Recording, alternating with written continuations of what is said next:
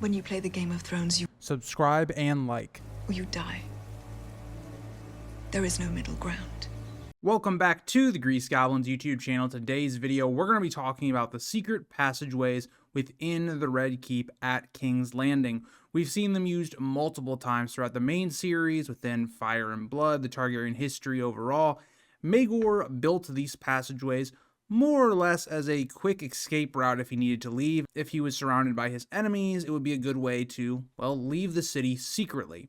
There's a reason he killed all of the builders, albeit very cruel action, but I guess you can kind of understand why he did it, just trying to keep his passageways secret. That didn't end up working out, as multiple people end up figuring out how to use these passageways to some extent or another. People like the Clubfoot or Mysaria during the House of the Dragon era, or characters like in the main story with Varys and Littlefinger. Either way, these passageways have still been discovered, albeit they're still largely secret. So what does that mean for the Winds of Winter? How will we see these passageways utilized? Will they be utilized in a major way, minor way? I think there's a couple of clear moments that we're going to see Maegor's passageways have another effect in the series. They played a huge role in things like Tywin's death, for instance, Sansa getting out of King's Landing, for instance, Arya listening in on Varys and Illyrio's scheme, and even finding a way out of the Red Keep, which she wasn't expecting, through the sewers. So let's kind of look at the tunnel locations first. Let's lay a framework for what we're kind of working with, and then try to make some predictions based upon what George has already shown us in the series. So the tunnel locations that we do know about right now. There is a path from the lowest level of the dungeons that leads to the chamber below the Tower of the Hand and out to the Blackwater Rush. Varys' bedroom has a tunnel with a hidden staircase. There's a passage from the bedchamber of the Tower of the Hand to the dragon mosaic kind of chamber below the tower. There's a passageway from the Red Keep to the cliffs facing the narrow sea. This is the trail that Sansa uses. And then the passageway from the Red Keep to a sewer that empties into the Blackwater. This is the one that Arya uses. And then separate tunnels to Maegor's Holdfast. And all of these passageways have been used for differing things. So, for instance, we saw with Arya in terms of Varys and Illyrio just being able to secretly talk in these passageways. Unfortunately for them, Arya was hearing them, which it doesn't really lead to anything, but it is something that happens. And then Arya is able to get out of the Red Keep. So that's one. You have Sansa being able to get out of the Red Keep as well with this like secret staircase that leads her out into getting onto Littlefinger's ship. You have the passageway that Tyrion uses to kill Tywin and Shae, and also then to escape himself with Varys. You have the hidden staircase that we see is used with like Shae and Tyrion, for instance, when they're trying to have sex and they want to keep it secret. You also have a tunnel that connected Shatea's brothel as well. So the point of it is to say there's a lot of ways that you can pass secretly and listen in on information. Varys has been utilizing those for a long time up to this point. So what does that mean for the Winds of Winter? Now, I want to say, the thing we've seen these passageways get used the most for is escaping. So Arya didn't escape, for instance, in terms of trying to leave, but in terms of the idea of like, yeah, she left the Red Keep, that's one. Sansa leaving the Red Keep and leaving King's Landing as a whole, another one. Tyrion, the same thing happens, but just differently. Even go back into Fire and Blood. Aegon II does this exact same thing. Now, we don't know what passageway he actually used, but he was said to have used secret passageways to leave King's Landing secretly. So we have 4 clear indications of them used to escape the Red Keep and King's Landing.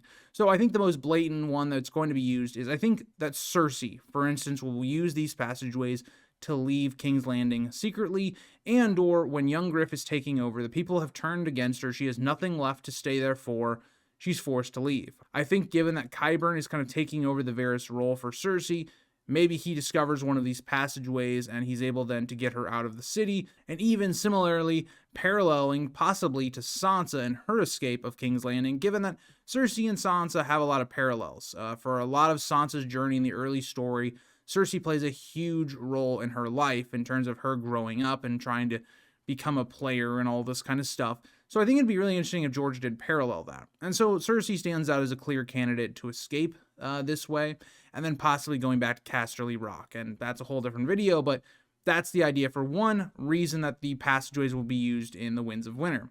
Now, the other that's more obvious and clear as well is think about the way we left the series. Kevin Lannister is killed using these passageways, it would appear, by Varys and his little birds also taking out Pycelle. And this is clear to me that we will probably see more of Varys doing similar things like this, especially when you think about the idea of, okay, young Griff is coming to take over King's Landing. There are clearly people that stand in his way that are going to pose an opposition to him, especially in his claim. Tommen and Myrcella. And I think everybody believes they're going to die. And the thing we're left to try and figure out is, how is Tommen and Myrcella going to die? I have proposed it'll probably be due to a mixture of the Sand Snakes and Varys. Why does this make sense? Think about how we were introduced to the characters of the Sand Snakes, most of them advocating to use Myrcella in some way, some advocating to kill her, some advocating to crown her, all this other stuff.